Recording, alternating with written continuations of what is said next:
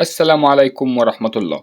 الأهلي يدعى الرشوة الأخيرة على صفقة محمد رضا بوبو لاعب فيوتشر بعد التوصل لاتفاق مبدئي مع إدارة فيوتشر.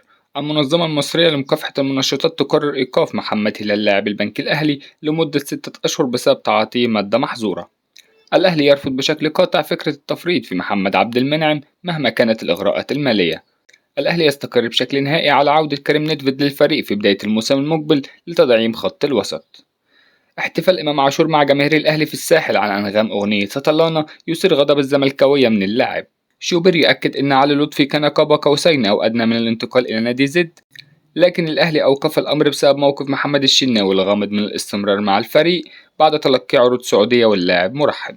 الأهلي يحول نص مليون دولار لوفاق ستيف قمة القسط الأخير من صفقة أحمد القندوسي. الإسماعيلي يقرر توفير حافلات وتذاكر مجانية للجماهير المؤازرة للإسماعيلي اليوم على ملعب برج العرب. وتحذر إدارة الإسماعيلي من اللي حصل قبل كده وهو الاشتباك مع الجماهير الحمراء. قبل مباراة القمة بأيام معدودة مرتضى منصور يهدد اتحاد الكرة بالانسحاب من الدوري حال وصوله خطاب رسمي بإيقاف دونجا. اتحاد الكرة يهدد الزمالك بالهبوط لأدنى درجة وإلغاء نتائجه في الدور الثاني من الدوري بالكامل والحرمان من المشاركة في الكونفدرالية الموسم المقبل، وذلك حال نفذ مرتضى منصور الرئيس المعزول تهديدات وانسحاب الفريق من الدوري بسبب عقوبة دونجا. محمد شكري يرحب فكرة العودة للأهلي في الموسم المقبل وينتظر تحرك الأهلي لشرائه من سيراميكا كليوباترا ليكون بديلا لعلي معلول، وذلك بعدما اكتسب اللاعب خبرات عديدة من مشاركته في الدوري. خلافات كبيرة بين مؤيد ومعارض من جماهير الأهلي على السوشيال ميديا لفكرة ضم إمام عاشور للفريق في الانتقالات الصيفية.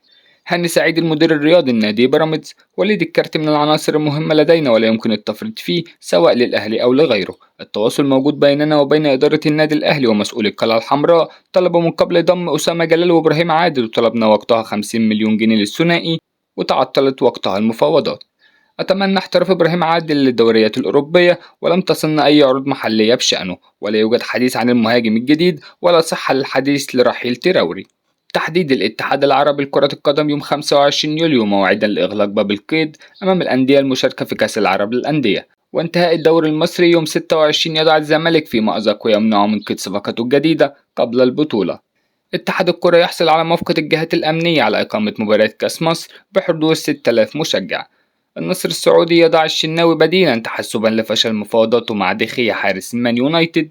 فاركو يقترب من ضم صلاح باشا لاعب المنتخب الأولمبي للشباب والمحترف في الدوري الإيطالي. محمود علاء لاعب الاتحاد السكندري يغيب عن مواجهة الأهلي بسبب الإصابة.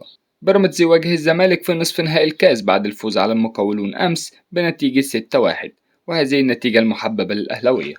سيد معوض التعاقد مع إمام عاشور بنفس سعر بيع حمدي فتحي لن يحقق الإضافة للنادي الأهلي، ولو تم ضم لاعب صغير السن بمبلغ أقل سيكون أفضل للنادي.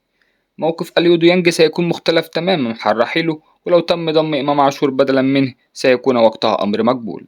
بوبو لاعب جيد وليس شرط أن يقدم نفس المستوى مع الأهلي، وحال ضم بوبو وإمام عاشور سيكون واحد من الثنائي بجوار مروان، وقد يشارك معهم السولية في حال جاهزيته الكاملة. وهناك عروض لا يمكن رفضها ولكن هناك لاعبين لا يمكن تعويضها مثل محمد عبد المنعم، ولا يوجد لاعب حاليا قريب من مستواه.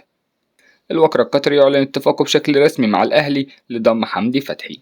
رسميا نادي بوليفار البوليفي يعلن التعاقد مع برونو سافيو قادما من الأهلي.